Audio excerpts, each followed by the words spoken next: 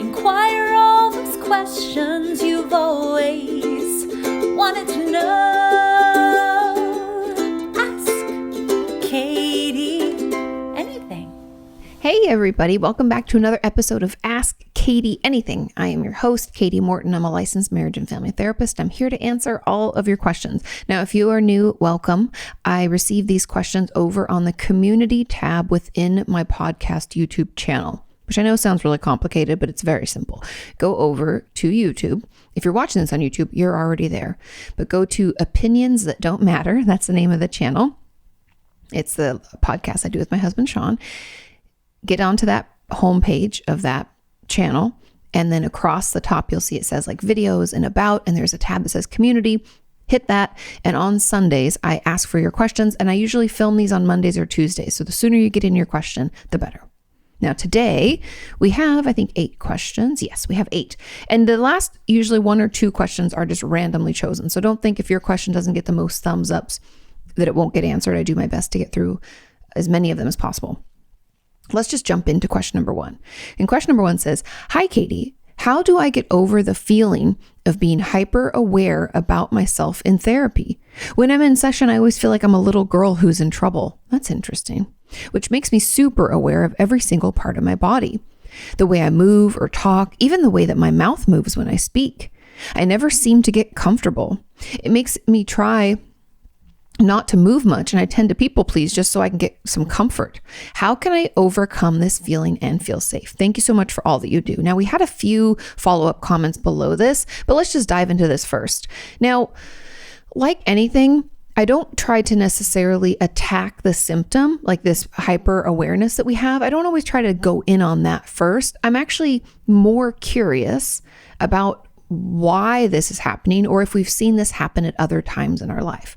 And what I mean by that is this hyper awareness coming from anxiety? Is it self-consciousness? Like you said, you people please. Is that something that you struggle with as well? And the reason that I ask these questions is because if we dig into that and come up with some answers, like maybe we learn that we had abuse in our past and we fawned over our abusers as a way to not get harmed as much. So that's why we're hyper aware. In therapy, it's like a pattern in our life of people who we think, I don't know what the word is. I don't want to say power over us, but like people who we give power to or who have some control or power in our life. And we could say like teachers, parents, therapists, doctors, people like that. We put in that esteem, right? And it could be that that's triggering this, or it could be, again, going back to like the self-esteem component and thinking that everyone's judging us. Maybe in the past, we've seen a pattern of this, and in relationships with our family, maybe that's how we were treated. There's a lot of places that we can go with this, but I would encourage you to spend some time being curious about where we think this is stemming from. And if we've experienced this feeling at other points in our life or in other relationships, and what do those relationships have in common with therapy? And also just keep in mind that therapy itself can just be triggering because we talk about a lot of different things and it's a different type of relationship. And therefore, this therapy might not have anything in common with those other relationships where we experienced this. It's just the fact that we're talking about it that is triggering it, if that makes sense. So know that that's a completely warranted reason as well. But I'd be curious about that. And if it is anxiety driven, are there things that we can do to manage our anxiety? Do we need to consider medication as well as therapy? What's going on? And also, again, I don't know if the goal is necessarily safety. I've talked about this in the past, but when it comes to trauma, and again, you didn't say that that's what's happening in your life, but for a lot of us, feeling quote unquote safe actually causes us to be more triggered or feel more unsafe. And if you're one of those people, the goal isn't safety. The goal is neutrality. I mean, I don't feel safe or unsafe. I just feel in therapy. It's okay, right? So just keep that in mind for any of you out there who are traumatized and experience things like this. But for those of you who aren't, feeling safe is something that we're going to have to learn how to do. And a lot of that can come with finding ways to soothe our system, because my guess would be that we get completely overstimulated in therapy, meaning maybe our emotions feel like they're running a mile a minute. And there's so much coming up for us and so much happening internally that we feel overwhelmed right away and go into that hyper aware state as kind of a way to cope or to force our brain onto something else. This could be a way to kind of distract us from what we're working on in therapy. And so in order for us to overcome that and start to feel safe, we're going to have to find ways to soothe. Now, this could be something as simple as putting a blanket over us. A lot of my patients feel really comfortable like covering up. Or maybe it's a fidget toy, or maybe we bring like a hot or cold drink with us to therapy. If your therapist allows like food in their office, I don't know of any that don't, but I mean, some people I've heard are funny. So maybe we bring hot tea or coffee or an iced beverage or something like that. Or maybe we chew gum, or there's a sucky candy or something that we can do to keep us grounded. Maybe we count colors. Maybe we rub on our arms or massage our hand while we talk. There can be a lot of different things we can do to kind of soothe, calm, and ground us during the session and get creative. I've had a patient bring candles in with her every time, and we would light them because they smelled like lavender, and that was really soothing to her. There's a lot of things we can do to use our senses to help us calm in session. But those are just a few ideas that I have when it comes to this hyper awareness that you're experiencing. Now, there was a comment on this, and it says, as an add-on, how do you deal with lack of awareness in therapy? I tend to ramble on and forget that I'm actually talking to someone, or what I'm doing while I say it all. It's honestly the only way that I can talk about my trauma. Having someone else there makes it, I guess, real. And when they respond or say, it freaks me out. It makes me regret why I ever said anything. How can they help this? Now, I love this question because I've had a ton of patients and even viewers over the years tell me about this, but patients in my office who have a complete lack of awareness.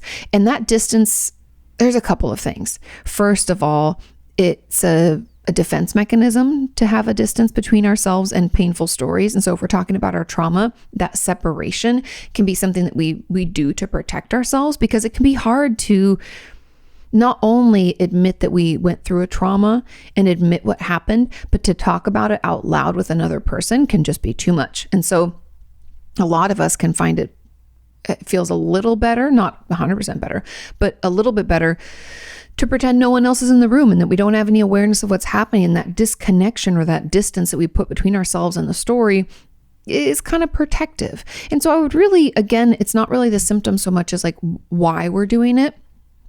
So I'd let your therapist know that this is happening, and let's get curious about it.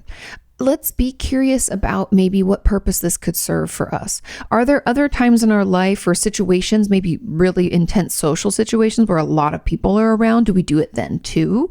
Or when, let's say we had to have a presentation at work, or last time we spoke, remember, maybe we were in speech class in school or something. Did we do it then as well?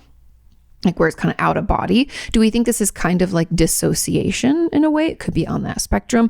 I have a lot of questions, and I really think that some of it's just figuring out where it's coming from and tracking that back. And then again, just like I said at the beginning, it's a lot about the resources and ability to calm ourselves down, because your system, I'd assume, is overwhelmed, and talking about your trauma causes you to pull away, maybe dissociate to some percentage, or at the very least distance ourselves from it. And I'm really curious, what we could do to help bring us back and keep us there. And that might mean that, again, like we have a blanket over us, we massage our hands, maybe we take breaks every so often and count colors, like how many things in the room are brown, purple, blue, whatever. Or do the A through Z of, animals, or A through Z of things in the room. We could do that every so often, like checking in. I think really the reason that this is happening is it's a protective mechanism. And so we have to figure out why it thinks it's protecting us, what maybe some of the main triggers are. I think trauma is obviously one of them, but I would be curious about other things. Is it just overwhelmed to our system? Like a very stressful situation, does that do it? Be curious about it. We can learn, and then that can help us better know when to use these tools. So if we're building up all these resources, when do we use them? And knowing that, having that information will help us know how and when to utilize them. And now there was another final add-on. It said spot on. I feel like I'm like this in other relationships as well. So not just like therapy, like the person who asked the main question. It makes it really hard for me to be 100% myself. Where does this come from, and how can I change this? And there was also a comment at the end below this question about gender dysphoria, but since it doesn't really pertain to this question, it wasn't added in. So I just wanted to let you guys know I saw it, but it didn't really pertain to this itself. So that would be something that you could ask separately. Now, again, it's going to come from different places for different people. And I really think it's like a protective mechanism. I think it's a defense mechanism that we're using to kind of distance ourselves from what happened, or even distance ourselves from other people, because that has the potential to harm us again. Like I talked about, fawning, that fawn response. If we think that we need to do everything just right or act in this specific way, otherwise someone's going to harm us or hurt us again, we can people please to like an intense and extreme amount, or fawn over someone in the hopes that then they won't do it anymore. And I think that we could do that in our, not just our therapeutic relationship, but in other relationships where we can create this distance between ourselves and someone else. Again, kind of like that fawn response. It's like protective, right? If they don't really know me and I don't really let them in, then they can't really hurt me, right? We can have a lot of beliefs about things like that. And so overall, that's why it's happening, to protect you so that you don't get hurt. You're kind of puffer fishing people. That's why I have all that wonderful puffer fish merch, because a lot of us are soft and squishy and we don't want to get hurt again. So we shoot our spines out. And I think you doing this is kind of you shooting your spines out. And so I think it's something to bring up and talk about in therapy. And again, just digging into the why for you, like what triggers it, why it's happening. Are there other times in our life when this has happened? What do they have in common? And then obviously the most important is like finding ways to calm us down and soothe our system and let us know that we're going to be okay. Okay. Let's move on to question number 2. This question says, "Hi, Katie. I'm wondering how to deal with anger and hurt over being emotionally neglected as a child. I've been burying my trauma down for years so I wouldn't have to deal with it." Join the club. Everybody does that. "But have recently uncovered it all in therapy. Now that I'm aware of the abuse in my past and I understand why I act in certain ways, like my avoidant attachment style or clinging to authority figures, for example, I find myself being angry a lot of the time. I don't know how to deal with this knowledge and I feel like I'm hopeless to ever move on from it. How can I accept and grieve the childhood that I'll never get back?" What a great question. And I would argue in some ways, most of us are grieving some part of our childhood that we wish went one way, but it went another because we had at best minimal control over it, right? And so I think there are a couple of things, a couple of tools and ways that I think you could work on this. And the first is making a list of the childhood things or the childhood that you wish you had. Let's take our time and make a list of that. Okay. Then on the flip side, we make a list of what actually took place. Okay. Then this third list, or this kind of list between these two, columns in the middle, is what the difference is. So what things did we wish we had that we did not get? Now this list might be the same as that list that we wish, but it might be different. There might be a few things that we got. Maybe we always had a roof over our head, or we're always fed, or, had a good friend at school or something, I don't know. Whatever it is, make that list. And then I want you to probably talk about it with your therapist would be best, but I think it's even beneficial for us just to take that list and to consider the emotions that come up with it and how we feel just looking at it and knowing we didn't get that. And it's not like a lot. I don't know how else to say this without being super therapist-y, but just allowing yourself to feel it, to feel what comes up. Let yourself be angry, let yourself cry, because your anger is actually really telling. Anger is a super, super helpful emotion. It shows us that we've been wounded or there's potential for wounding. And because anger is defensive, it's a secondary emotion. It protects us, right? It's like that puffer fish. It's those spines. That's anger, because inside is hurt and maybe disappointment or pain, right? Suffering. But that doesn't feel good. Nobody wants to acknowledge that we feel that way. So instead we're like, yeah, I'm angry. Fuck you, fuck you, fuck you, right? We can just want to burn it all down. And that's just us protecting ourselves from the intense emotion we feel. And so I would encourage you to consider another emotion. Okay, yes, we're angry. I agree. You have every right to be angry. But what else? What else do you feel? That is part of that grieving process, is tapping into that. And then my second tip, and one that I know a lot of you find helpful but hate doing it because it's really difficult work, is that inner child work in therapy. And the way that it could apply here is that we could write letters to ourselves. Like what age do we think, or do we have the most, what's the word I'm looking for? Like the most clear memory or something in our, like whatever year of our life where they can recall maybe a really specific time, like what we were wearing, who we were, where we were.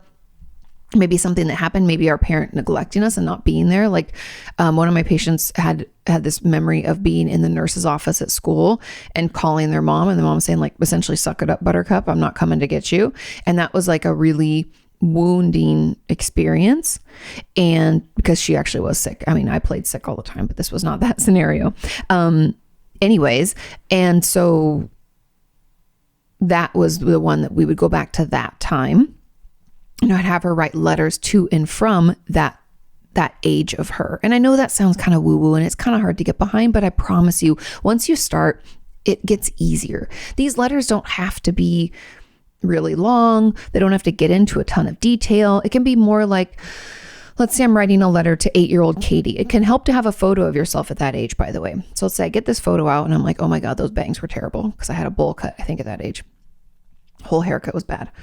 But okay, so it was actually called a page boy haircut. Anybody remember those? Anyway, I got my ears pierced when I got that haircut, and that was, my mom wanted to cut my hair short, and so the concession was that I got my ears pierced. Let's get back on track, Katie. Anyways, I'd look at a photo of myself at that age, and I would say, hi, younger Katie. I know that you're getting teased at school and people call you a tomboy or whatever. I got called that a lot growing up. And I don't even know. I know that you're feeling alone in it. And I know that, you wish you had more classes with your best friend, Jamie, right? I don't have like a specific thing that happened to me at that point in my life, but we're going to pick a time in your life when you know that something did happen. And then I want you to go back in that time and talk to little you and say, I want you to know that it's hard now, but we're okay. Things turn out okay. And that, Jamie moves away and you continue to stay friends with her, and she is lovely, and don't worry, you get good grades that year. So don't stress, whatever it can be. Talk to yourself, offer some support and guidance and love, or the things that you wish your parents had given you, offer that to younger you. And then as younger you, so we've done that way. Now we need to write from younger you to adult us. What do we want to tell us? What do we want to talk about? What do we wish people heard? Maybe, what's the thing that we wish an adult would listen to us about? Like, let's go there. And so doing that work, I really think, can help you grieve and accept. And grief is fucking terrible. I'm not here to tell you. I'm not going to pretend that it's easy and linear. Yes, there's stages of grief. Do we go in order? Absolutely not. It's more we jump around and we can start. I always think anger is first, but maybe that's just me. Or I think, is denial first, they say? I didn't go through denial. I went through anger, then denial. So anyway, you're probably in that anger stage, and that's okay.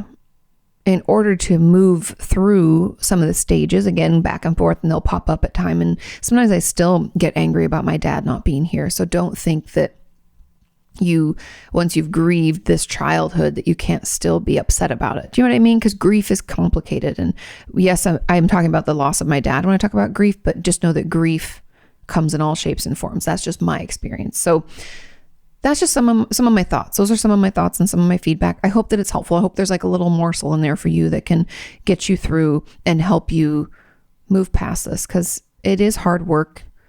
It is difficult, but it does get better. Okay.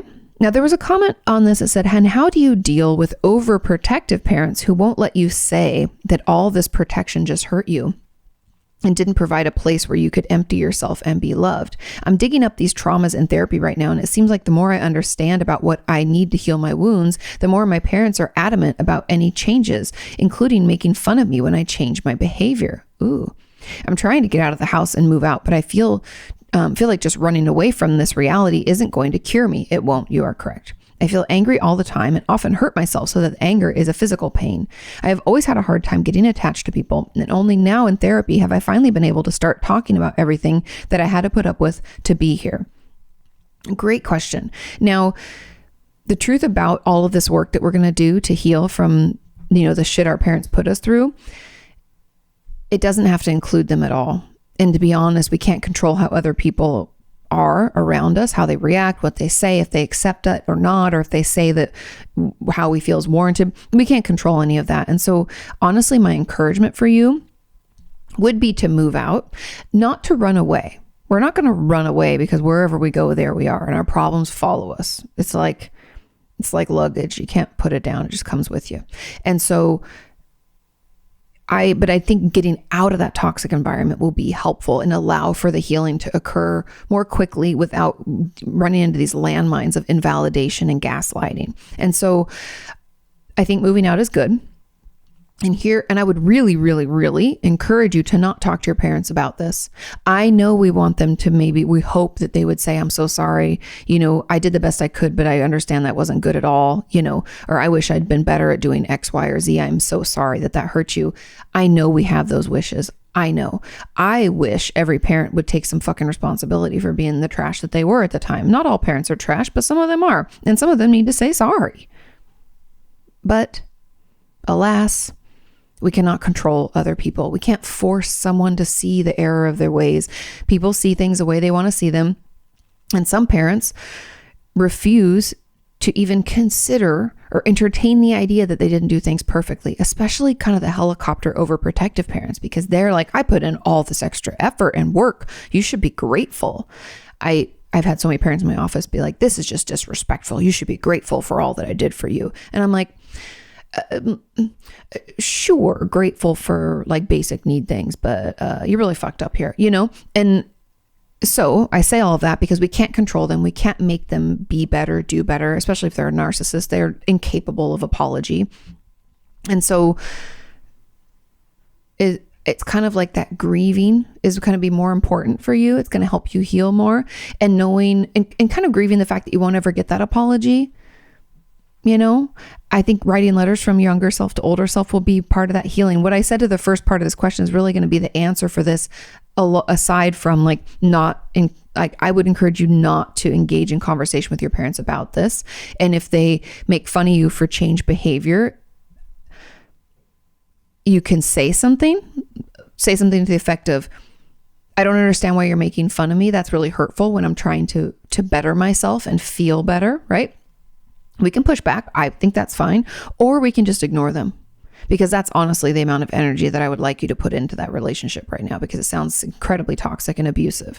And that kind of, manipulation, gaslighting, and abuse is just nothing healthy can come out of that. And so that's why moving out would be better. Again, wherever we go, there we are. So it's not like us moving out is going to mean that we don't have any problems anymore. But I do think that putting that space in between, you and your parents is going to help you in that healing process. Okay. Now there was another comment that said, additionally, how can you learn to forgive your family for not being in a place to meet your needs, especially if you're trying to repair the relationships? And how, I was going to keep going because we have another one. It says, and how do you deal with the anger you have against your parents due to abuse, parentification, and emotional neglect? While I hate what she did to me, I also have empathy for her because of her mental health issues. It doesn't justify what she did to me. That had to be my parents' therapist and best friend that she abused me repeatedly. Can the relationship that was broken due to a continued abuse be repaired if some of the abusive behavior still remains? And then the final one says, as an add-on, what if I have accepted the emotional neglect of my childhood, but I still can't seem to get a grip on the symptoms? Now, there's a lot here, but forgiving family. So there's a couple things, because the first part's about especially if you're trying to repair the relationship, I want you to think really long and hard about whether or not the relationship is beneficial to you. I know as a society, as a world, we put a lot of emphasis on continuation of familial relationships. But if there was abuse, and if they have not changed and they have not apologized and they're not working with you, both of you should be working together to make the relationship better. If they're not doing those things, it doesn't serve any purpose for you to try to repair the relationship. There's no relationship to repair. Repairing it in those kinds of situations means that you're eating all the crow and you're the one doing all the work. And I'm here to tell you that one-sided relationships are not healthy and will never be healthy and will never feel good and won't give us what we actually need out of relationships. It's super, super toxic. So I'd encourage you to hit the brakes. Okay. But when we give forgiveness, talk a little bit about forgiveness, because so often we think forgiveness means condoning behavior or acceptance of what happened. That's not what forgiveness is. Forgiveness is something we actually give to help ourselves. We forgive others so that we don't have to keep thinking about it, feeling badly about it, and being upset. So we can offer forgiveness without saying that it was okay for them to do what they did. And that's the kind of forgiveness that we're going to have to offer if we're able. Not everybody's at that point. I think sometimes we're still caught in that anger cycle and we need to find an outlet. We need to find a way to talk about how angry we are, get some validation. Usually this is in therapy. We need to find a way to express the hurt and the disappointment that we feel or any other emotion we may feel. Journaling can help with that, and obviously therapy as well. Talking it out, processing it, and then letting it go. And that's really the forgiveness. Again, it's not saying what you did was okay. It's not saying that having a relationship just like that again is going to be something we want. That forgiveness is something we offer to ourselves so that we don't continue to harm ourselves with what took place. Does that make sense? I hope so. And I have a whole video about, I bet if you just look up on YouTube, Kati Morton forgiveness, you'll find it. I have quite a few about forgiveness and it's complicated, right? Those are my thoughts for that. And then, yeah, be careful about repairing the relationships and be, aware of whether or not it's worth it. Be honest with yourself. And then the anger that you have against your parents due to abuse or parentification, emotional neglect, I think a lot of it's just giving ourselves an outlet to feel it. Like I said, talking about it in therapy, writing about it, and acknowledging that there are underlying emotions, things like disappointment and pain and hurt and, maybe sadness and even, it could be any number of things, right? There's a lot of emotions that anger can hide. And so I think digging into that and figuring out what you're truly feeling will be helpful and allow for that release. And then it says, while I hate what she did to me, I also have empathy for her. You can still have empathy. Just because someone was abusive doesn't mean we have to hate them and think that they're a terrible person. We can just hate what they did and think that what they did to us was terrible, right? We can still feel for them. If they had mental health issues and we're like, I understand now as an adult, like my mom was bipolar and when she was manic, she was super impulsive and abusive. Does that mean that we can't understand it? No. Does that mean that we can't also have PTSD and be really fucking pissed about what happened? No. Those things can exist simultaneously. But I think that if any abusive behavior still remains, the relationship cannot be repaired. And I would encourage you to remove yourself from any relationship where any kind of abusive behavior is still remaining. That's not a healthy place for you. Get out. I give you full permission. Cut off contact if you have to. I don't care if you're related. That doesn't make it okay. Just because we're blood relatives doesn't give people carte blanche to treat us however they want. We're all human. We need to have mutual respect and love for each other. And it's pretty fucked up, right? So no, you cannot repair anything if there's still abusive behavior. And then the last component said, what if I've accepted the emotional neglect in my childhood, but I still can't seem to get a grip on the symptoms? Keep digging into them. Keep talking to them. I think that inner child work, writing letters back and forth from younger you to you now, will really help you manage it. And acceptance of what happened can be different from processing it and allowing ourselves to feel it. Maybe not. Maybe you've done all that, but that's why I think that work will really move it along. Okay, let's move on to question number 3. This says, hey, Kati, are there ever times when anxiety legitimately has no cause? Oh yeah, all the time. I have recently started therapy and have been exploring the causes of my anxiety. And in some cases, I can identify what is causing it, but other times it feels like there is no cause. I'll be fine one minute, then all of a sudden feel anxious and nothing has changed. And oftentimes the anxiety will just kind of stay there. I've gone over when this happens, and there doesn't seem to be an anxious thought running through my head or anything in my environment that can be causing it. Yet, I still feel anxious. I could be watching TV, relaxing, or in the middle of my workday, or some days I'll just wake up and the anxiety will be there. That son of a bitch. The anxiety just seems so random and like it literally has no cause. Does there always need to be a cause, or does that cause need to be known for me to quote unquote get better? Or is there a way for me to decrease this anxiety without knowing the why? Wonderful question. Anxiety most of the time, meaning more than 50% of the time, doesn't have a cause at all. And the cause really could be something like, I didn't eat well yesterday, or I didn't get enough sleep. And so I'm just more vulnerable to my emotions and my life experience. And so I might have been able to be resilient and not let it pull me in, but I'm a little more vulnerable, so it pulled me in. Also, I think there's this misunderstanding when it comes to mental illnesses that there's always a reason. I mean, with some of them there are, right? Like PTSD has to have a trauma. We have to have been traumatized. Okay, so there has to be kind of a root of the why. But anxiety and depression and other mental illnesses like OCD, there's not always a why. Sometimes it's just genetic. And I know that answer sucks and I hate it just as much as you do, but sometimes, especially when it comes to depression and anxiety, there's not always a trigger or a reason. It's like our brain all of a sudden is like, oh, I'm a little short on dopamine, depression hits, right?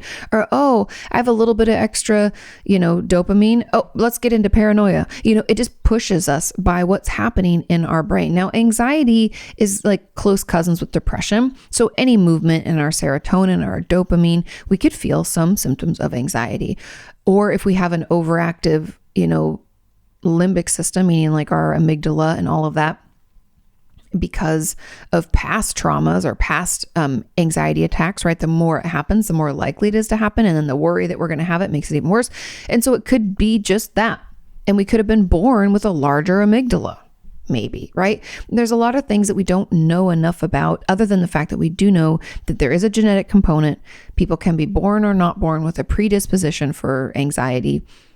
And there's not always a why as to like why and when it pops up.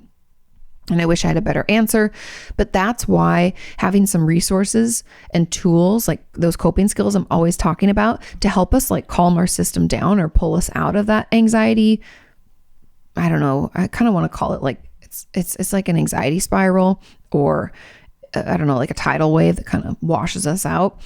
To pull us out of that, we're going to have some tools and resources and things that we can do. I find a full body shake is pretty effective for me when my thoughts start to race for no reason, or I start to just feel like overheated. Like my anxiety can come in like a sweaty, stressful, like sweaty palms and back kind of way. Ugh, hate it.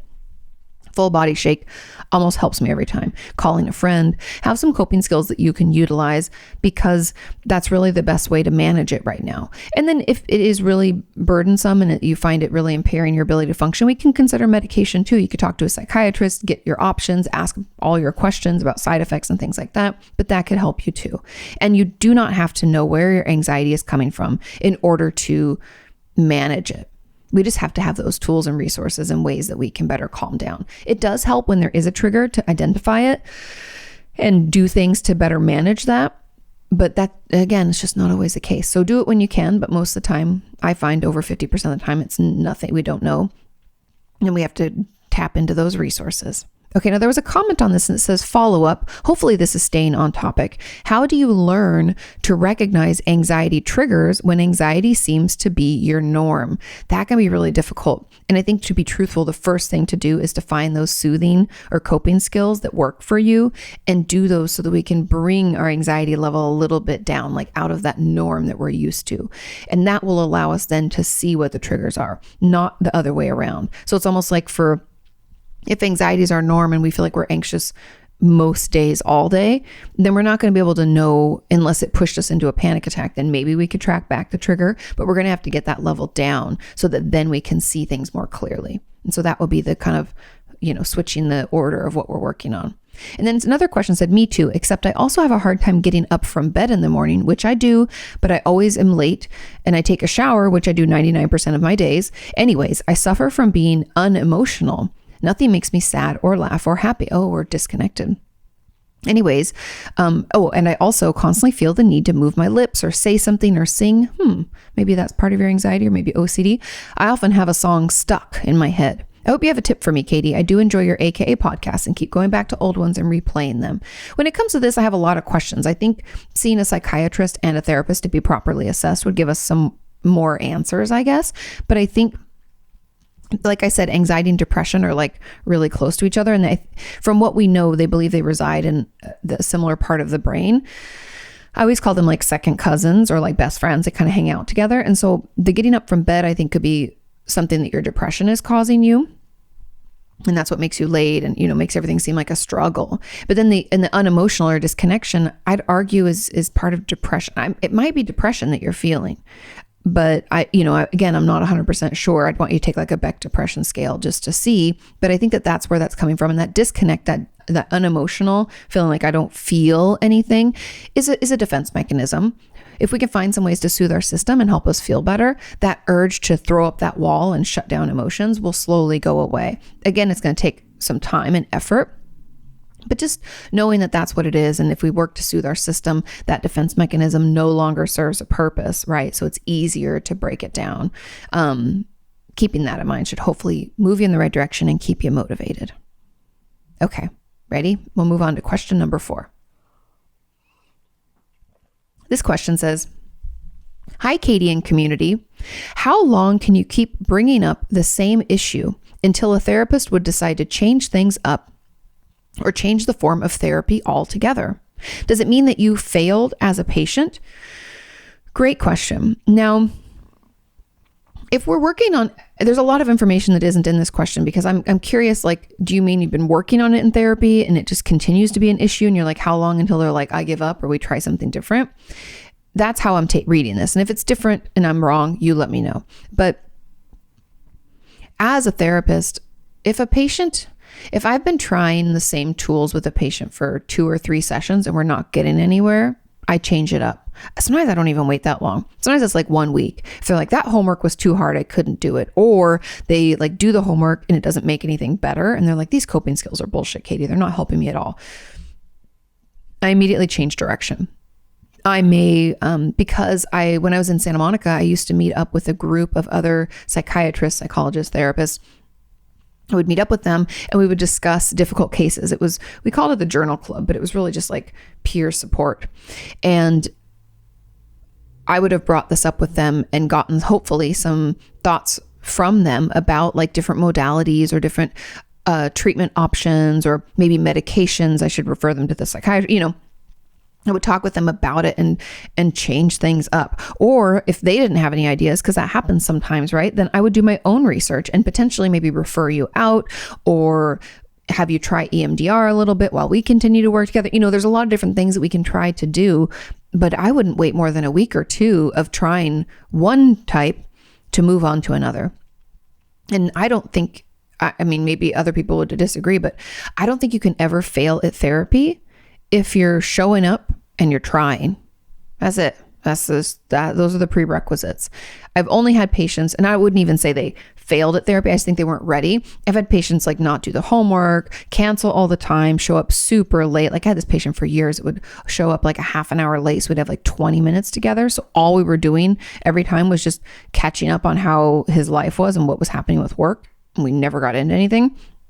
And so when things like that happen, as a therapist, it's my job to call it out and to say, you know what, I feel like we're getting some resistance here and maybe we're just not ready for therapy. Do you want to take a break? And in most, I'd say like 70% of the time, my patients will say, yeah, I'm okay with taking a break. Like that one that was showing up really late was like, yeah, I'm not sure if I really need to come anymore. And I was like, okay, you know that you can always just stop. We don't have to do this like you coming late and not getting enough time in, because then it's a waste of your time and money, to even come here. And so we had to talk about that. But when it comes to like not feeling better or not feeling like you're moving along, you're not failing. Your therapist in a way is kind of failing you if you're trying and it's not improving. And we kind of need to maybe get some more referrals. So overall, I don't feel like you can ever fail as a patient as long as you're showing up and you're trying. And then someone asked, I'm curious about this too. I suspect you never really fail as a patient. I agree. Yes. What would that even mean? I feel like I just addressed that. Is it possible to be in therapy for a while before you even hit the root of an issue? Yes. It depends on how deeply hidden it is and what we think the problem is versus what the problem really is. I've had patients come in for anxiety.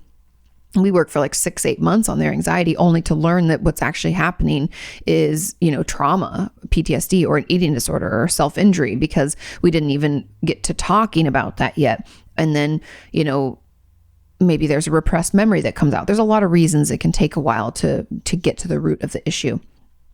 And this says, due to maybe your own anxiety about bringing stuff up, 100%, very, very common. I feel like I've done that a little bit because I maybe talk around the issue, but didn't get to the heart of it. And my therapist seemed to not totally understand where I was coming from since I wasn't sharing enough information.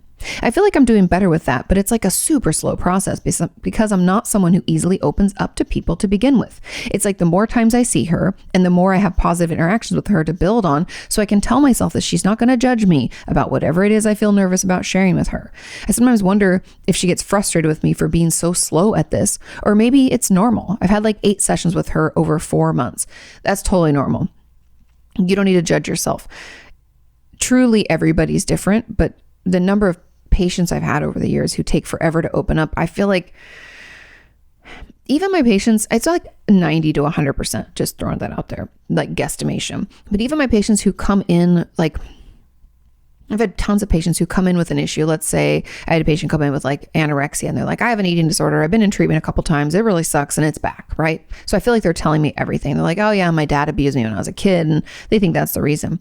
Even those patients still struggle to tell me what's really going on. Sure, you could say, well, Kati, those are the roots of the issues. Those are the big issues. I want to know more about how you feel. Why did treatment not work for you those times? What happened between you and your dad? And have you worked on that, processing that trauma? What else, has gone on in your life? You've been in other abusive situations. There's still a lot to uncover, and it's very, very, very normal for that to take us a while. It takes us time to trust someone with our deepest, darkest stuff. And it can, overall, it's normal. Don't worry about it. She's not frustrated. Your therapist is right there with you, just, working with you at your own pace. She's going to challenge you. But again, we don't want to push people too far, too fast. And yeah, overall, you're not so slow. You're just going at your pace and it's all good. Okay. And you've only had 8 sessions. That's like not that many sessions at all. Let's move on to question number 5. It says, hey, Kati, how do I learn to let myself be cared for? Ooh, it's a good one. I can be very loving and caring to others, but as soon as other people do anything for me, I get anxious and I want to run away. I don't feel worthy of care. And I worry that if I accept support, I will relax too much and they'll let me down. This results in me holding people at a distance, being super independent and never really feeling like I can lean on other people. Got it. I want to be more, I want to have more balanced give and take relationships, but I'm so scared. Please help. P.S. I hope you're doing amazingly. I am. Thank you. Now, this one's tricky. And the first part about it is to understand where this is coming from.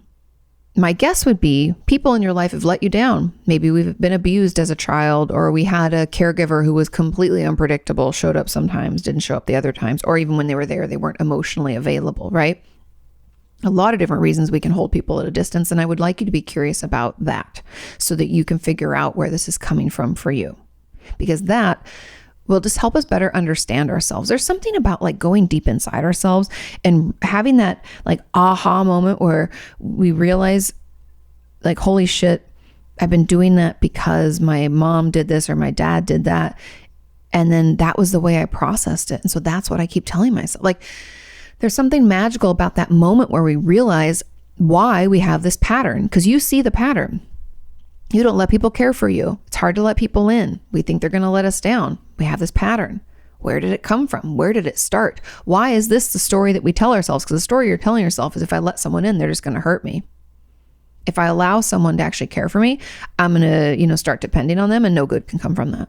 Right? We have these thoughts and these stories we keep telling ourselves. And so I'd encourage you to be curious about where that story started, who told it to us the first time, or when did we tell it to ourselves the first time? That's helpful to know. But here's kind of the work. So, that's already work. So let's not pretend that's not work. But the homework then, once we kind of have a greater understanding of it, would be to pick one person that we care for, that cares for us, only at a distance, right? So they care for us, but not too close. Pick one person that we think, based on as much knowledge as we can pull, we think that they'll be a good candidate for us to try this out on, because we're going to have to try.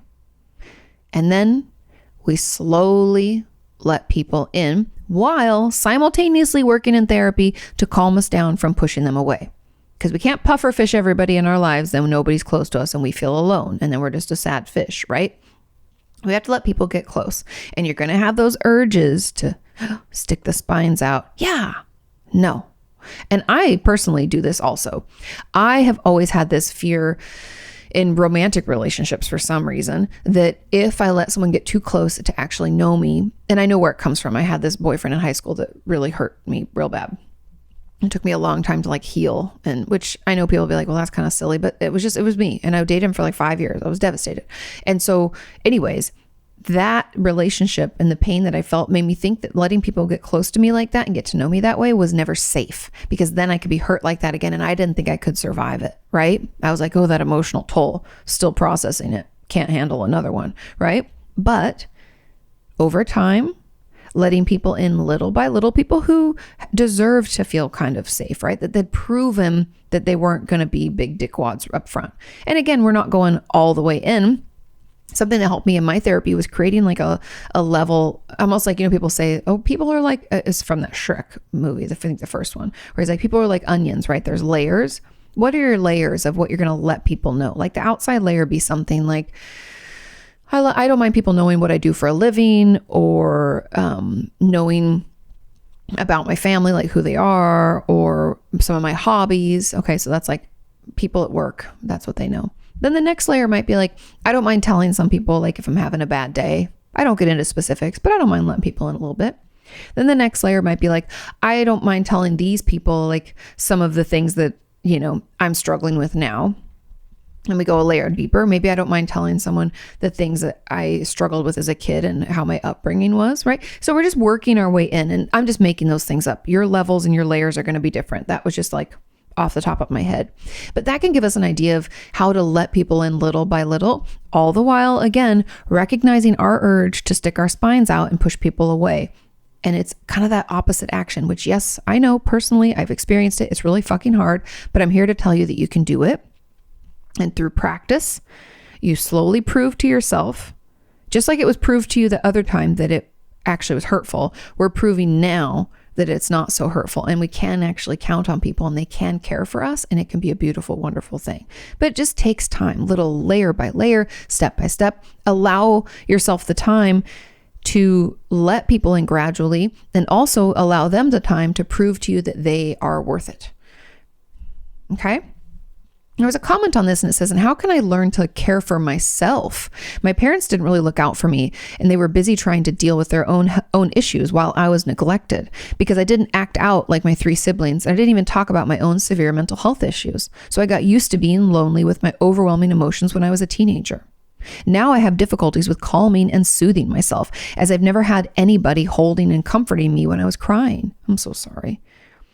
They did support me with getting help from outside when I rarely spoke about getting worse, but they didn't give me any emotional support themselves, and they weren't really there for me. Is this my fault because I didn't communicate clearly? No.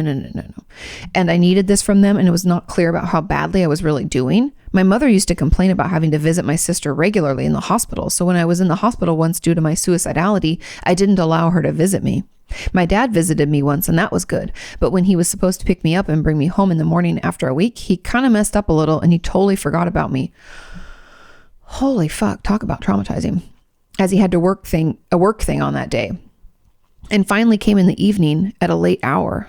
I had to leave the room in the morning and wait all day in the waiting room for him while being alone, bored, embarrassed, and terrified with the thought of going back home. Sometimes I feel like they don't care about me at all. So how can you develop a healthy amount of self-worth and feel like you're lovable if your caretakers don't give a fuck about you?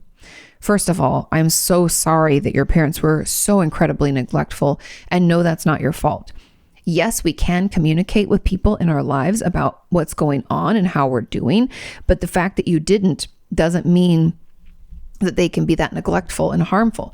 Because if they actually cared and were around and spent time with you and weren't so preoccupied with their own shit or the stuff that your siblings were going through, they would have, made time to connect. And that wouldn't have been something you, like as a child, we cannot be expected to ask for that from our parents. It should be something that they give to us when we're in distress, right? If you're a parent and your child is distressed, you reach out and you try to support them and love them. That's it. And so overall, the question of how do you learn to care for yourself? I think the best way, or my best advice for this, is to consider what that even means to you. Because sometimes we have these ideas like, oh, caring for myself, self-care, I should be doing that, right? Yeah, that makes me better. I should be doing that. What does that look like? What does it mean for you to care for yourself and to do things that you need? What does that look like? What is it that you are needing and wanting? Tell me about that. Write about it. What's it look like? Because once we know that, then we can break down small ways, small tasks and things that we can do to help ourselves heal. Now, this could be anything from, let's say, this is just, I probably given examples like this in the past, but it's like, let's say we always wished our parents took us to Disneyland and they never did. And they kept saying that they would, and they just let us down. So as an adult, can we schedule and plan a trip to take ourselves to Disneyland? I know that's a weird example, but I'm just saying, what does it look like for you to be cared for when it comes to that emotional support or them caring and listening to you? Obviously, or hopefully, you're in therapy. If not, get into therapy, because that's one way you can care for yourself and you can ensure that someone is there to listen and support. And then can we journal about how we're feeling? And then the kicker is, when we have journaled, can we put one validating statement into each entry? Meaning something like, I have a right to feel this way because blah, blah, blah. Or it's okay for me to feel sad because I didn't get what I needed from my parents, right? Can we offer ourselves some compassion, some validation, and work to do that each and every day? Even if you don't journal, can you offer yourself one validating statement?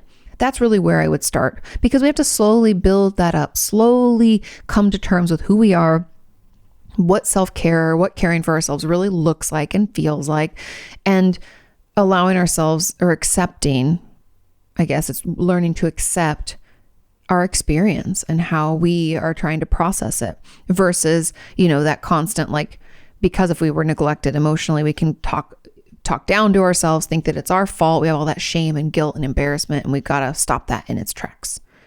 Okay. I know there's a lot.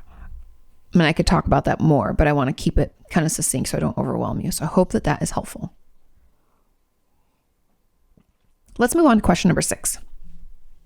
This question says, "Hi, Katie. This is a heavy one." Okay. So trigger warning, guys. We talk about suicide here.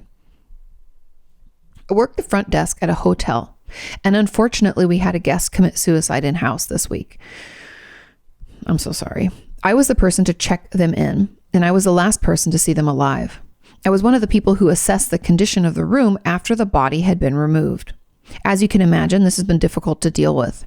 I've been in therapy for the past 5 years, and I just started EMDR about 6 months ago. I've made a lot of progress, but I can't stop thinking that could have been me. I don't feel suicidal or depressed as much anymore. My anxiety and depression are still in the car, but I'm the one behind the wheel and driving now. I love that analogy.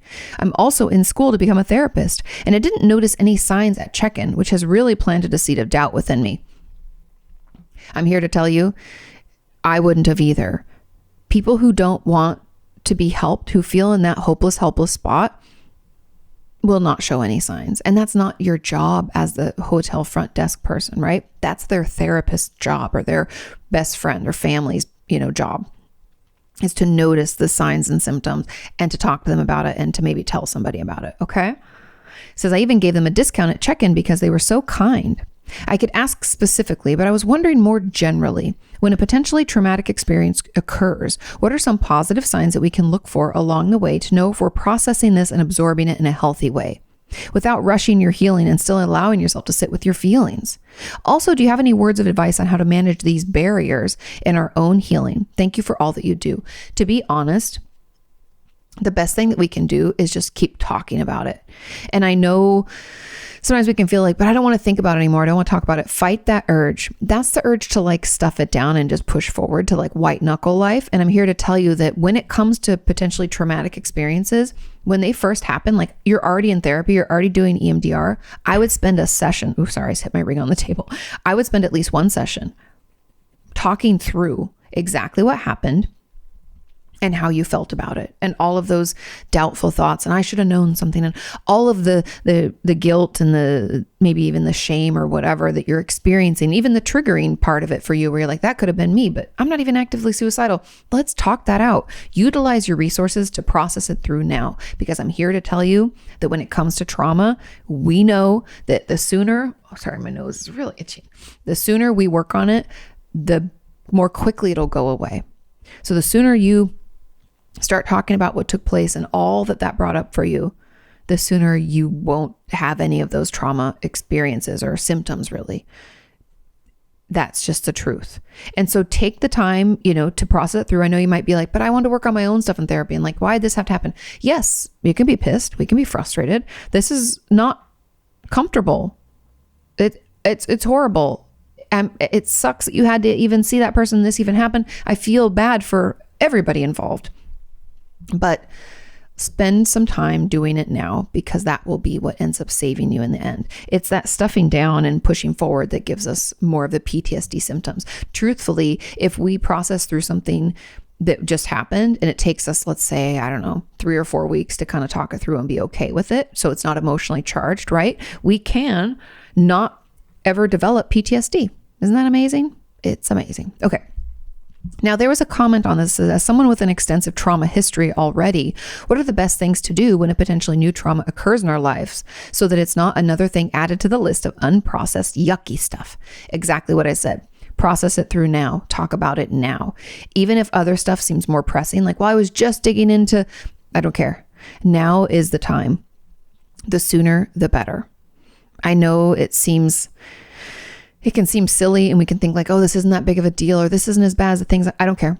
It's a big deal. It's upsetting you. It's a trauma, and we need to process it. And the sooner we start talking about it, the sooner it'll be okay. And you might even be surprised. I've had some patients in EMDR process through like one thing that just happened, and it actually helps process an old thing at the same time. And Alexa's made mention of this, where she talks about how sometimes traumas are like stored in the same part of the brain, which I read.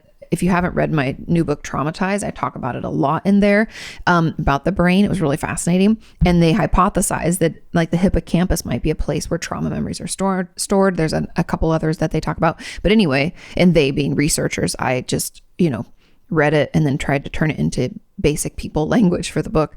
But anyway, so if we're digging into one, we might work on another. So it's not time lost. It'll be time well spent so that we don't develop any more symptoms of PTSD.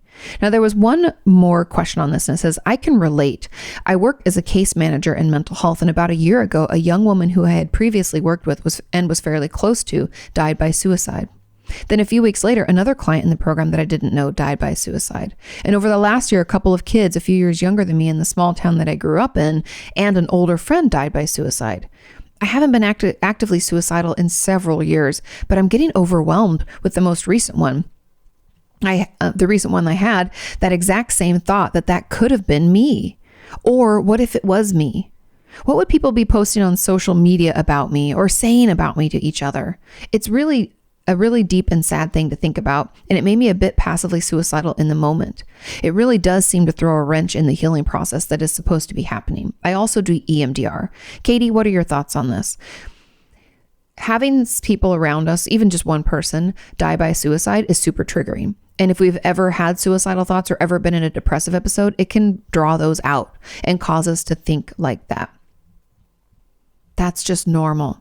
But again, the sooner we can talk about this, the sooner we can process it, the better. Bring it up in therapy. Talk about how you're feeling. Write out each one of these suicides that you felt somewhat connected to, and let's process it. If you're doing EMDR, I think EMDR is a great place to bring this. You can talk through all that came up for you and what you know about each and every case.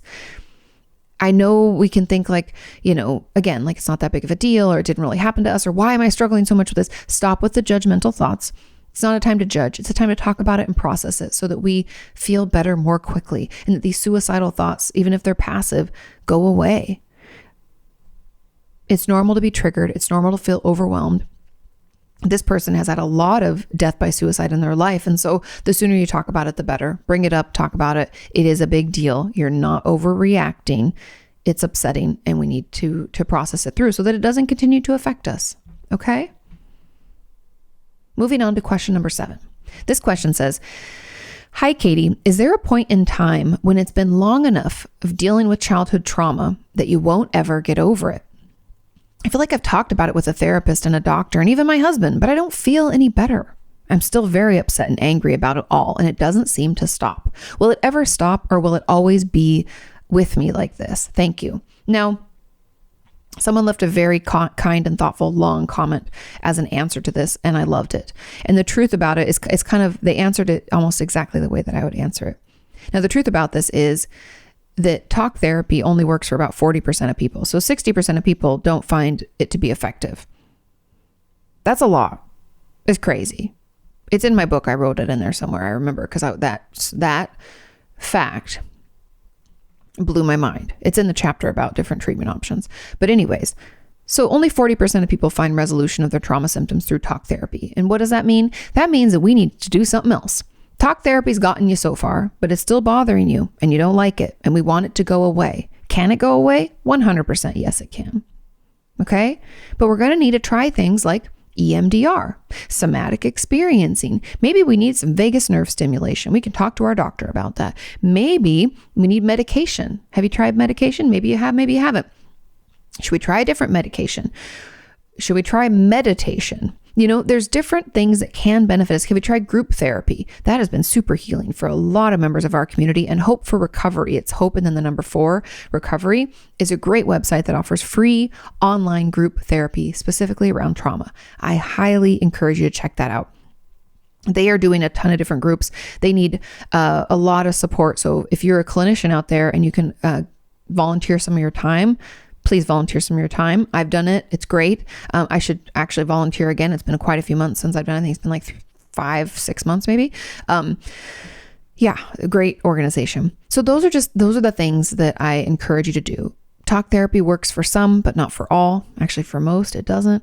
And that's okay. There are tons of other treatment options. There's actually even something called, I talk about in my book, called stellate ganglion block, or SGB. Yeah. I'm like, wait, yes. And that is an injection in our neck because our stellate ganglion, which is like a nerve, a group of nerves, which they found, and they've been doing this treatment for a lot of people who have like swallowing issues or trigeminal neuralgia, different neurological conditions and things like that. They've been injecting them to kind of reduce the stellate ganglion because they believe it's like responsible for a lot of those things. But they also found, surprise, surprise, that doing the stellate ganglion block on those of us with trauma reduced our symptoms of PTSD. What? Right? So there's a ton of different things that we can do. Don't think that talk therapy is the only route. It only works for, 40% of people, and we'll get you some more help because it will go away. Okay? There was a comment on this that says, to add on, can childhood trauma resolve, at least in part, on its own? No. Or do we just need to get better at managing triggers and their effects? As I've gotten older, my trauma has less of a day-to-day effect on my life, but I still see a therapist because carrying on with my life as usual has only got me so far. That's a great question. And it doesn't get better on its own. We're going to need some support, and we're going to need to have more coping skills and get to a place where we can talk about the trauma without any, emotional upheaval or overwhelm. And that's not to say that we can't have like a really shitty or overwhelming day or month. Let's say we're moving and we have a bunch of stuff going on that we can't be triggered and start to, have a flashback here and there, but it should be so few and far in between that it's not something that's affecting us very often. And so it doesn't resolve on its own, but with support and with the right tools, it can, and it will. And there will still be some days, just like anything. It's like we can be cured from having pneumonia, but then sometimes, or it's like, for me, it's like strep throat. As a kid, I got strep throat so much. And so obviously I got my tonsils out, and that doesn't mean that I'll never get strep throat again, right? It just means that I need to take better care of myself, and I've learned how to keep it at bay and to prevent it. If I feel any tickle in my throat, I like sleep for like 12 hours. You guys, I hate strep throat. It's been like ruining my life for years. And so I know how to keep it at bay, and that's the same. It's like we can still have some flashbacks and symptoms, but if we are more aware, we can do things ahead of time so it doesn't get to that point. Now, there was another question on here. It says, also, how do you take your power back when you were traumatized constantly throughout your childhood and don't feel like you know what it is to have any power? My therapist told me that I needed to take back my power, but never gave me any guidance on how to do it. This is a great question. I guess I'd be curious about this, and I'd probably ask some follow-ups of your therapist. But the work for you is, what would it mean to have power? What does that mean to you? Well, how would you define power, and what would it look like?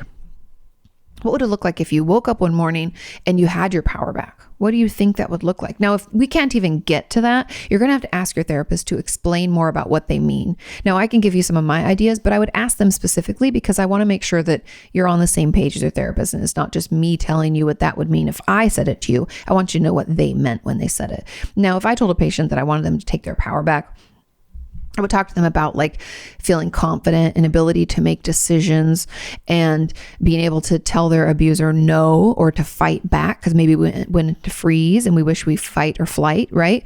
I would talk about that a little bit to get their wheels spinning on what that, what power can look like and what power maybe was taken from them. A lot of times when we're abused, when we're young, we are powerless. We feel helpless, right? Because we couldn't fight back. We didn't really have a choice. We couldn't move out and leave. There's a lot of things that we can feel like our power was taken from us, or maybe we even said no and yelled no and thought something happened to us anyways, right? There can be a lot of different ways that our power was taken. And so figuring out what that means for you and giving it back to yourself, meaning that you get to make decisions without asking other people. You say no, people listen. There can be ways you can practice. And I would set up some scenarios if I was your therapist for you to practice doing those things.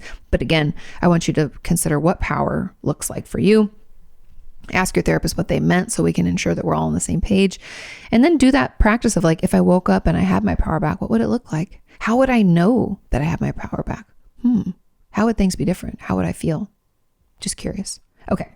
Now there was final comment on this said, I'm curious about this. And to add, I feel like discussing the trauma to void it of its power isn't working. But how do you acknowledge the trauma without experiencing it and remembering it? There's a point when enough is enough, right? It's not like I want to play the victim, but without all the trauma, who am I? So moving forward seems impossible. Ooh, okay. So along the same lines as what I talked about, how different you might need more than talk therapy. Talk therapy might not be the right fit for you. It might have gotten you so far, but now we don't feel like it's gotten us as far as we need, right? And so there's that. Then I think there's interesting work to be done a lot of times with mental health issues is like, who am I without this diagnosis? A lot of us don't know, especially when it comes to trauma, especially if we were traumatized in our childhood. We never felt free to develop our sense of self and our likes and dislikes.